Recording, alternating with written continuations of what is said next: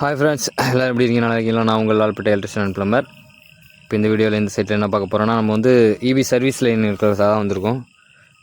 அதாவது இங்கே வந்து இபி சர்வீஸ் வந்து நம்ம எங்கன்னா நம்ம கைகாட்டி 3 ரோடு கிட்ட கைகாட்டியில் நம்ம பஸ் ஸ்டாண்டு பக்கத்தில் வந்து கடைக்கு தான் நம்ம வந்து சர்வீஸ் லைன் வந்து மாற்ற வந்திருக்கோம்.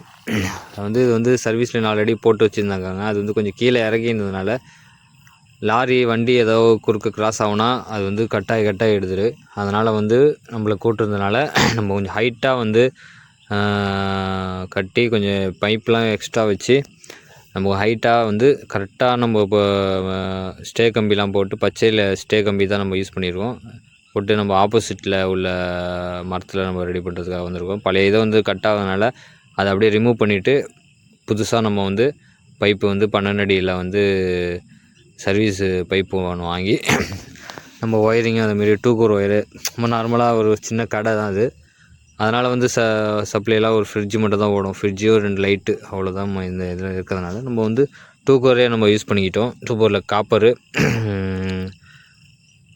நம்ம வந்து ஃபுல்லாக ஒரு பைப்பு வந்து ஒன்று கீழே நம்ம ரெடி பண்ணி அதுலேருந்து நம்ம எக்ஸ்ட்ரா கொஞ்சம் 12 அடிக்கு நம்ம இங்கேயே கீழே வச்சு ரெடி பண்ணிட்டோம். ரெடி பண்ணிவிட்டு அதுக்கப்புறம் நம்ம வந்து மேலே ஏற்றி நம்ம ஸ்டே கம்பி நம்ம அந்த பக்கத்தில் ஓட்டு பஸ் ஸ்டாண்டு இருந்ததுனால அது மேலேயே நின்று நம்ம வந்து ரொம்ப காடாகிடுச்சு. ஃபுல்லாக பேக் சைடில் ஃபுல்லாகவே காடாகி பைப்பே வந்து ரொம்ப நசுக்கின மாதிரி ஆகிடுச்சு. அதனால் வந்து நம்ம வந்து அதெல்லாம் கொஞ்சம் கழித்து எடுத்துக்கிட்டு அப்புறம் ப்ராப்பரான முறையில் வந்து நம்ம ரெடி பண்ணிட்டோம்.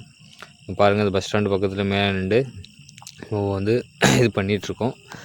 அப்புறம் கீழே வச்சு நம்ம கரண்ட் மெஷர்மெண்ட் பண்ண முடியல. அதுக்குள்ளே நிறைய பஸ்ஸு போக்குவரத்து அதிகமாக உள்ள ஏரியா இது. அதனால் வந்து மெஷர்மெண்ட் எடுக்கிறது கொஞ்சம் கஷ்டமாயிடுச்சு.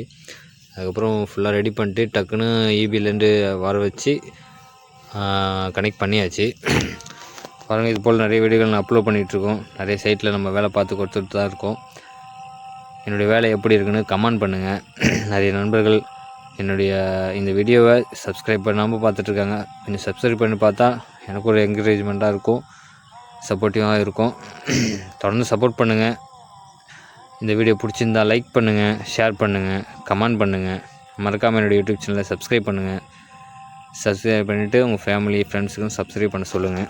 ஒரு மோட்டிவாக இதுபோல் நிறைய வீடியோகள் அப்லோட் பண்ணுறோம்.